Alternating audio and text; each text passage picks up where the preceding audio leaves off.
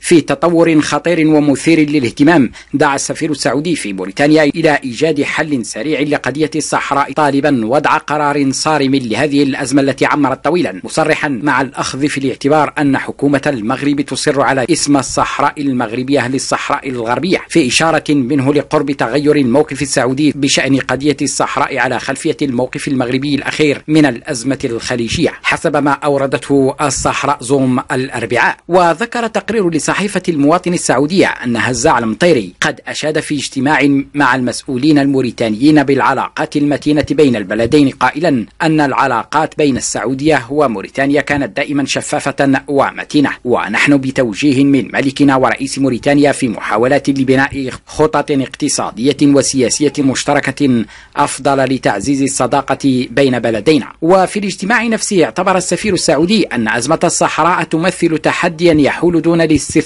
في تلك المنطقة والبلدان المجاورة لها، كما رأى من جهته أن هذه الأزمة مصدر قلق كبير للمستثمرين السعوديين في حال اندلاع الحرب مستقبلا، مشيرا أن المملكة العربية السعودية تشدد على ضرورة التوصل إلى حل سريع لملف الصحراء حتى تشهد هذه المنطقة التنمية الاقتصادية اللازمة. وتأتي هذه التصريحات في الوقت الذي يتعارض فيه المغرب مع سياسات المملكة العربية السعودية وحلفائها فيما يتعلق بقضية قطر، التي دفعت الكثير من النقاد في الأيام القليلة الماضية إلى استدعاء عدد من الشخصيات المغربية الوازنة لأخذ الحيطة والحذر من رد محتمل من قبل المسؤولين السعوديين. وكان المغرب منذ اندلاع الأزمة الخليجية قد اتخذ بشكل رسمي موقف الحياد الإيجابي ولعب دور الوساطة بين الفرقاء السياسيين لرأب الصدع، أو على الأقل فتح نوافذ الحوار البناء بين الدول المقاطعة ودولة قطر،